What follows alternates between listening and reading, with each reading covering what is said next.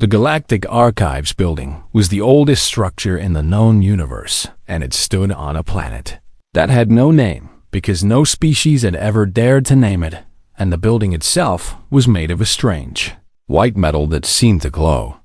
From within, an Ambassador Unipark had never felt so small in her entire life as she walked through its ancient halls.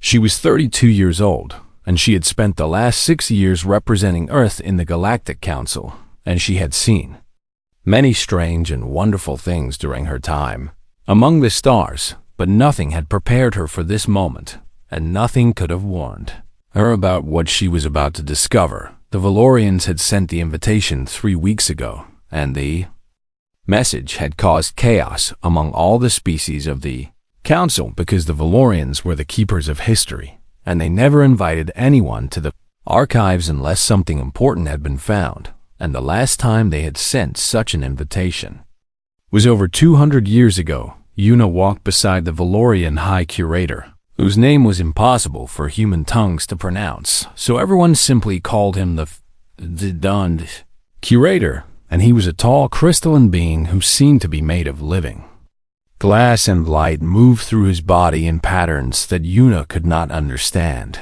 There were representatives from 47 different species walking through the halls, and they came from every corner of the galaxy, and some of them floated in, some of them crawled, and some of them walked on legs that numbered from 2 to 20, and they were all silent because they were all afraid of what they might learn.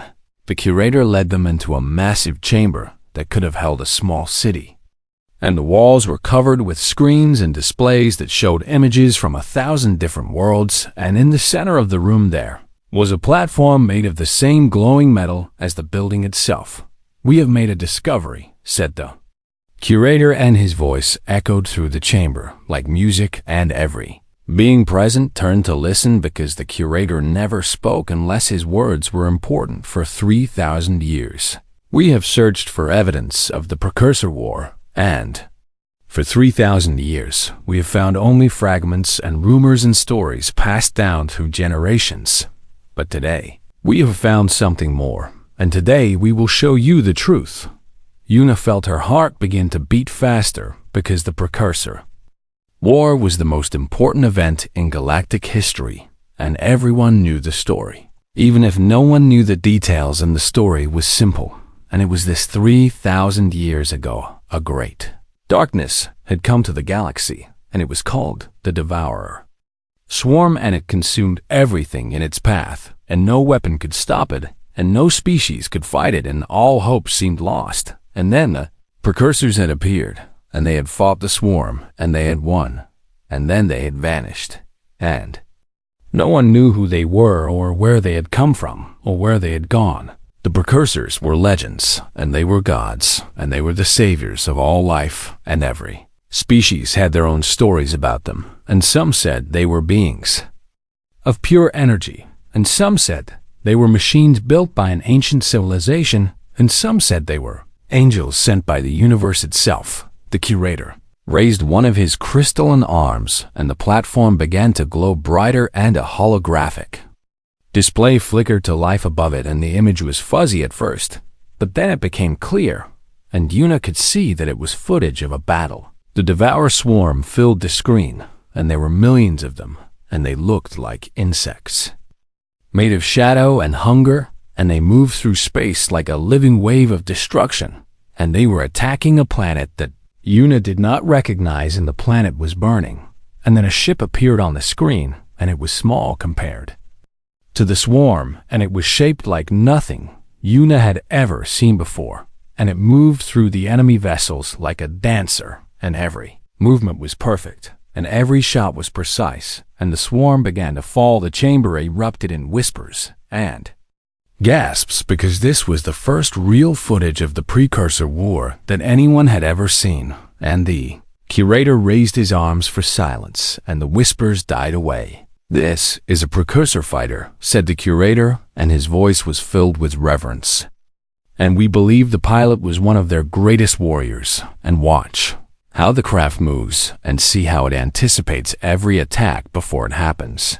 Una watched the footage, and she felt something strange in her chest, and it was not awe, and it was not wonder, and it was something else entirely, and it was recognition. She knew that ship. She had seen pictures of it before. She had seen it in old photographs that hung on the walls of her grandfather's house, and she had seen it in the stories. He used to tell her when she was a little girl, and she had seen the faded paint, and the dented left stabilizer, and the nose art. That showed a cartoon cat giving a thumbs up.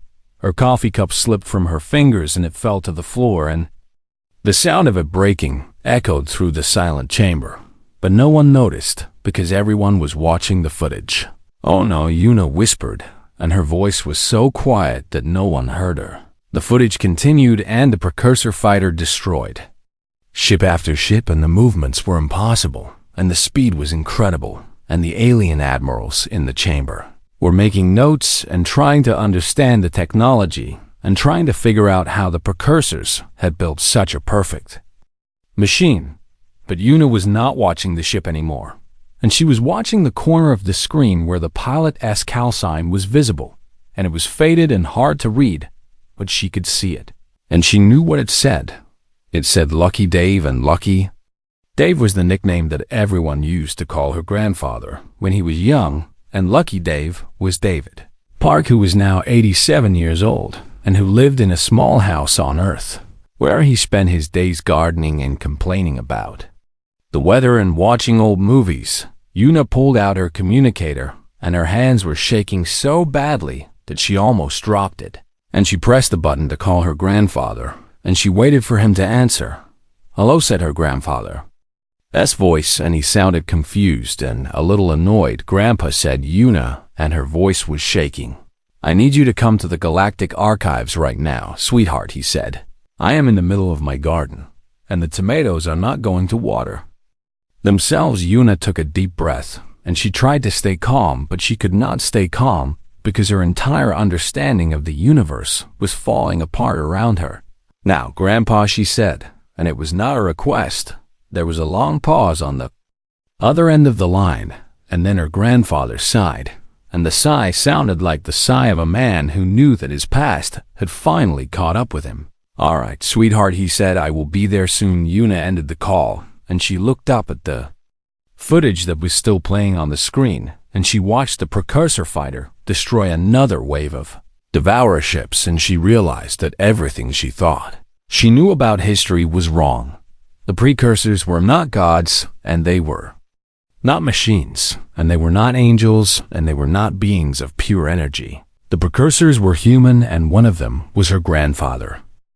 The footage continued to play on the massive screen, and every alien in the chamber was completely silent, and they watched with wide eyes and open mouths as the Precursor fighter danced through the battlefield like it was performing a beautiful and deadly ballet. The curator was speaking again, and his crystalline body glowed brighter with every word, and he was explaining the significance of what they were seeing, and he was pointing out the incredible technology and the impossible maneuvers and the perfect precision of every attack. "Notice how the craft seems to know where the enemy will be before they move," said the curator, and his voice was filled with wonder.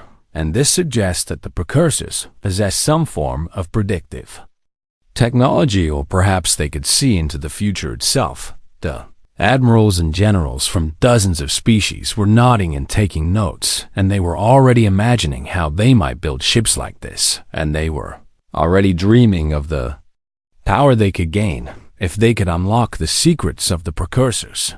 But Yuna was not listening to any of them, and she was standing near the back of the chamber, and she was watching the door, and she was waiting for her grandfather to arrive. And she was trying to figure out how this could possibly be true. Her grandfather was just an old man, and he was kind, and he was gentle, and he told bad jokes, and he grew tomatoes in his garden, and he fell asleep in front of the television every night, and he could not possibly be the legendary warrior that the curator was describing. But she knew that ship, and she knew that call sign, and she knew that the universe was about to change forever.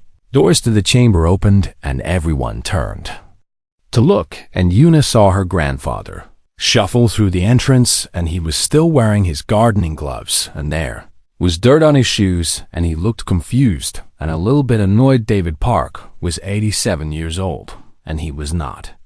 A tall man, and his hair was white and thin, and his face was covered with wrinkles, and his eyes were the same warm brown that Una remembered from her childhood. And he looked nothing like a legendary hero. He stopped just inside the door, and he looked up at the screen, and he saw the footage that was playing, and his face went pale, and his hands began to shake, and he stood there for a long moment without saying anything. "Aw, hell," he said finally. Every alien head in the chamber turned toward the elderly human, and the silence was so complete that Una could hear her own heartbeat pounding in her ears. The Valorian curator moved toward David with something like religious awe in his crystalline eyes, and he lowered himself to the ground in a gesture that Una recognized as the highest form of respect in Valorian culture. "Great," one said the curator, and his voice was trembling. "And we have waited for 3,000 years for this moment, and we have prayed to the stars that we might one day meet one of the precursors, and now you stand before us, and we are honored beyond measure." David looked at the curator, and then he looked at the screen, and then he looked at Una, and his expression was the expression of a man who had been caught doing something he should not have been doing. "Look," he said, and his voice was tired and a little bit embarrassed. "And can someone mute the audio, please?" The curator looked confused, and he tilted his crystalline head to one side, and he did not understand why the Great One would want to silence the sacred recording. "Please," said David again, and he pointed at the screen, "and I sounded awful back then, and there's a lot of screaming and cursing, and it is very unprofessional." Ian stepped forward, and she found the controls for the display, and she muted the audio just as the recorded David was unleashing a stream of words that would have made the most hardened soldier blush, and the chamber fell silent again. The curator rose from the ground, and he approached David with careful steps, and he reached out one crystalline hand as if he wanted to touch the old man to make sure he was real. "You are a precursor," said the curator, and it was not a question. David sighed, and the sigh was the sigh of a man who had kept a secret for too long, and who knew that the secret was finally over. "I was 23 years old," he said, and his voice was quiet, "and I was fresh out of flight school, and we did not know what we were doing, and none of us did." The chamber erupted in noise as dozens of species began talking and shouting and asking questions all at once, and the sound was overwhelming, and David looked like he wanted to run away. But Una moved to stand beside him, and she took his hand. "Grandpa," she said, and her voice was gentle but firm. "And what is going on?" David looked at her, and his eyes were sad and tired, and he squeezed her hand, and he took a deep breath before he spoke. "It was a long time ago, sweetheart," he said, "and I was just a kid. And the war came, and we had the fight, and we fought, and we won. And then I came home, and that was it." "That was it," repeated the curator, and his voice was filled with disbelief. "And you fought the greatest war in galactic history, and you saved every living thing in the universe, and then you just came home." David shrugged, and the shrug was so casual that several aliens gasped in shock. "What else was I supposed to do?" he said, "and the war was over, and my family was waiting for me, and I wanted to finish college." "You wanted to finish college," repeated a reptilian delegate who had pushed his way to the front of the crowd. "And you are a precursor, and you wanted to finish college." David looked at the delegate, and his expression was patient and a little bit confused. "Yes," he said. "And is that strange?" The delegate opened his mouth to respond, but no words came out, and he just stood there with his jaw hanging open, and he looked like his entire understanding of reality had just collapsed around. Una looked at her grandfather, and she looked at the footage on the screen, and she looked at the crowd of aliens who were staring at David like he was a god who had just walked among them, and she realized that this was just the beginning. The questions would come, and the answers would change everything, and the legend of the precursors would never be the same. But for now, her grandfather just looked tired and confused. And he was still wearing his gardening gloves, and there was still dirt on his shoes, and he was still just David Park, who grew tomatoes and told bad jokes and fell asleep in front of the television, and somehow that made him more impressive than any legend could ever be. Someone brought David a chair, and he sat down heavily, and he looked around at the crowd of aliens, who were staring at him with expressions that ranged from awe to disbelief to something that looked almost like fear, and he did not seem to know what to do with any of it. Tuna stood beside him, and she kept her hand on his shoulder, and she could feel him trembling slightly, and she wondered how long he had kept this secret, and how heavy it must have been to carry for all these years.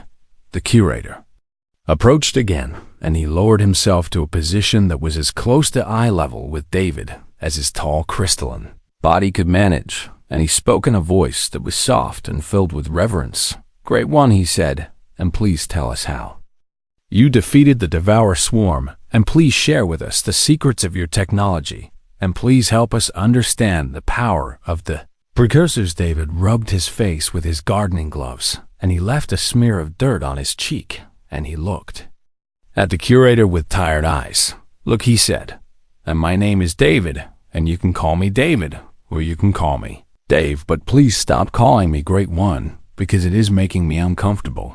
The curator nodded slowly, and he seemed confused by the request, but he was willing to follow it. "David," he said, and the word sounded strange coming from a being made of living crystal. "And how did you defeat the swarm?" David was quiet for a moment, and he seemed to be thinking about how to answer, and when he finally spoke, his voice was honest and plain. "Stubbornness," he said, "and mostly just stubbornness." The curator waited for more, but David did not continue, and the silence stretched on until a four-armed delegate from a species that Una did not recognize stepped forward. "Surely there was more to it than that," the delegate said, "and your technology was far beyond anything we have ever seen, and your weapons defied the known laws of physics, and your ships were perfect in every way." David laughed, and the laugh was short and surprised, and it seemed to catch even him off guard. "Perfect," he repeated, "and is that what you think?" Looked up at the screen, where the footage was still playing on mute, and he watched himself dodging through a field of enemy fire, and he shook his head slowly. "That ship," he said, and he pointed at the screen, "and we built that ship in 6 months, using parts from old mining vessels and cargo haulers, and anything else we could find, and the engine was held together with duct tape and hope, and the weapon system crashed every 20 minutes, and we had to restart it by hitting the console with a wrench. The chamber was completely silent, and every alien was staring at David with wide eyes, and Una could see that their understanding of history was breaking apart in front of them. "The maneuver you saw earlier," David continued, "and the one where I spin through the swarm formation and everyone thinks it is some kind of brilliant tactical move." He paused, and he rubbed the back of his neck, and he looked embarrassed. "I was trying not to throw up," he said, "and I pulled too many G's, and I almost blacked out, and I was spinning because I lost control of the ship for about 3 seconds, and the only reason I did not die was because the swarm was not expecting anyone to be stupid enough to fly like that." A tall insectoid delegate stepped forward, and her wings buzzed with agitation, and she pointed at the screen with one of her many limbs. "But your weapons," she said, "and no species in the galaxy has ever developed anything like them, and they cut through the swarm like they were made of nothing." David nodded, and he looked thoughtful for a moment. "That was my friend Mike," he said, "and Mike figured something out, and it was kind of an accident, really." He paused, and he seemed to be searching for the right words. "The swarm ships," he said, "and they were not like our ships, and they were biological, and they were alive. And Mike was messing around with the radio one day, and he noticed that certain frequencies made them twitch, and so he started experimenting." David smiled, and the smile was sad and fond at the same time.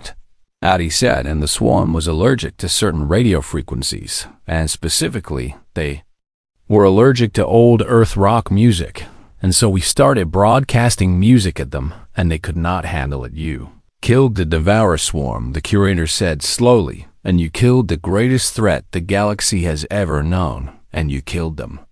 With music, David shrugged, and the shrug was casual and matter-of-fact. It worked, he said, and that is all that mattered.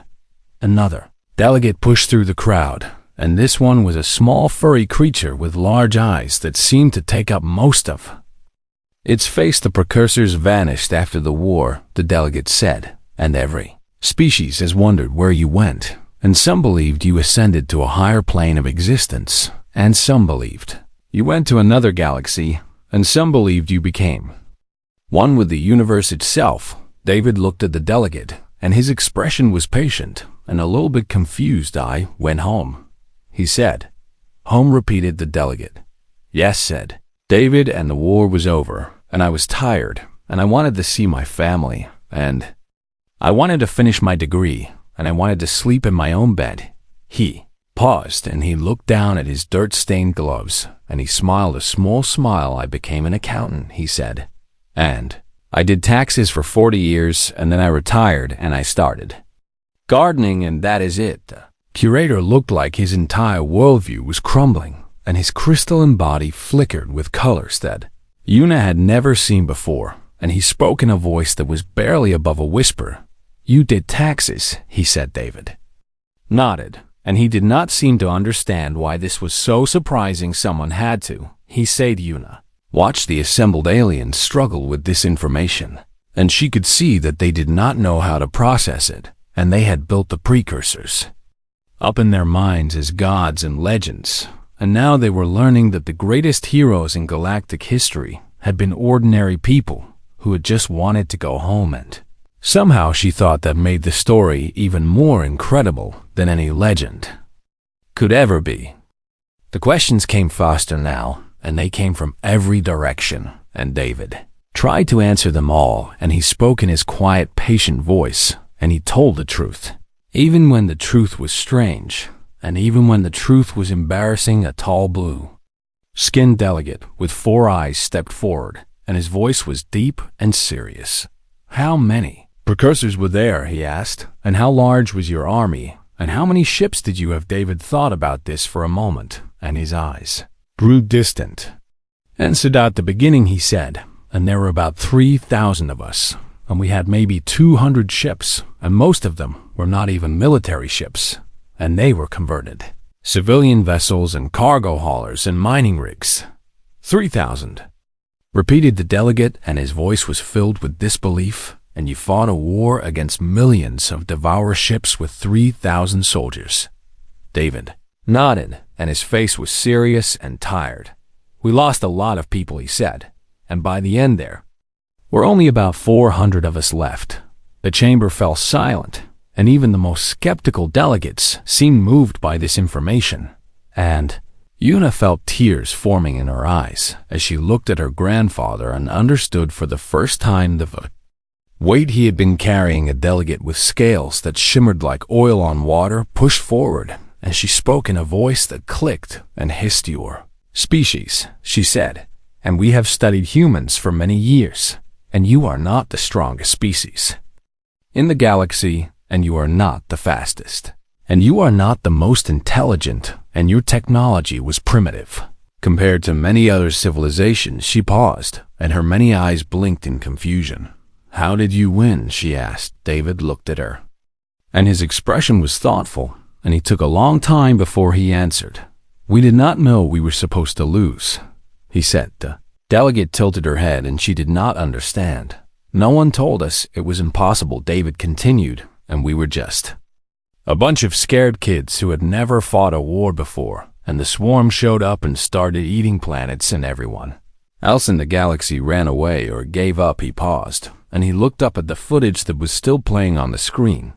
But we could not run, he said, and Earth was behind us, and our families were behind us, and everything we loved was behind us, and so we just kept fighting. Another delegate spoke up, and this one was a being made of swirling gas contained within a mechanical suit. But surely you must have had some advantage, the delegate said, and your ships must have had some special technology, and your weapons must have been more powerful than you are admitting. David shook his head, and his expression was almost amused. Our biggest advantage, he said, and I'm not joking about this, and our biggest advantage was that we were too stupid to know when to quit. He stood up from his chair, and he walked toward the screen, and he pointed at the footage. You see that ship, he said. And that is my friend Emma flying right behind me. And Emma was 19 years old, and she was an art student before the war, and she had never flown anything bigger than a passenger shuttle. He pointed at another ship in the formation. That is James, he said, and James was a cook on a cargo vessel, and he learned to fly by reading the manual while we were running from the swarm. That one, David said, pointing at a third ship, and that is Rebecca, and Rebecca was 16 years old, and she lied about her age to join the fight. His voice cracked slightly, and he turned back to face the crowd. We were not warriors, he said, and we were not soldiers, and we were not heroes, and we were just people, and we were scared. Every single small delegate near the front spoke up, and her voice was quiet and curious. If you were so scared, she asked, and why did you keep fighting? David looked at her, and his eyes were wet, and his voice was soft. Because people needed us to, he said, and that is it. And that is the whole answer, and people were dying, and planets were burning, and someone had to do something, and so we did something. He walked back to his chair, and he sat down heavily, and he suddenly looked very old and very tired. You want to know the secret of the precursors, he said, and here it is.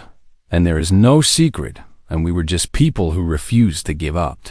Curator moved forward, and his crystalline body was glowing with a soft, warm light, and he spoke in a voice that was gentle and full of emotion.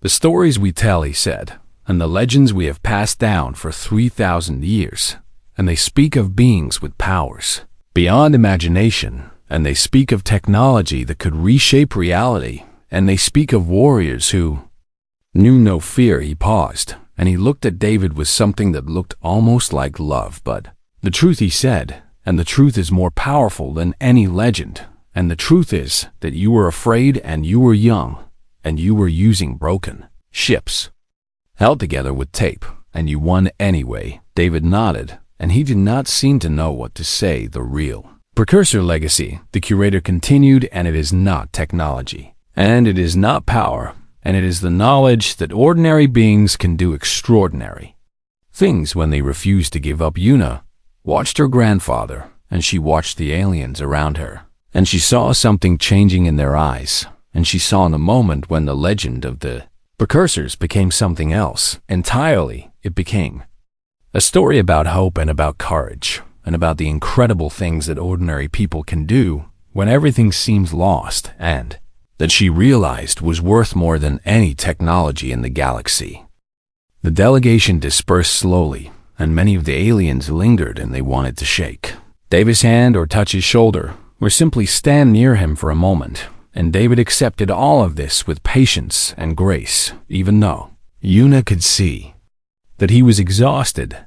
The curator announced that the archives would create a new exhibit dedicated to the true history of the Precursor War, and he asked David if he would help them tell the story correctly, and David agreed because he said the people who died deserved to have their stories told. Finally, the chamber was empty except for Una and David and the curator, who stood at a respectful distance and watched them with his glowing crystalline eyes. Una helped her grandfather to his feet, and she walked with him out of the chamber and through the ancient halls of the archives, and they found a small garden on one of the upper levels that looked out over the strange alien city below. They sat on a bench made of the same glowing white metal as the rest of the building, and for a long time neither of them said anything, and they just looked at the stars that were beginning to appear in the darkening sky. Why did you never tell anyone? Una asked finally, and her voice was soft and curious. David was quiet for a moment, and he seemed to be thinking about how to answer it. It was not just me, sweetheart, he said, and his voice was tired and sad, and it was thousands of scared kids who flew those ships, and most of them did not make it home. He looked up at the stars, and his eyes were wet with tears. Emma, he said, and she was my wingman for most of the war. And she was brave. And she was funny, and she could fly better than anyone I ever met. And she died protecting a transport ship.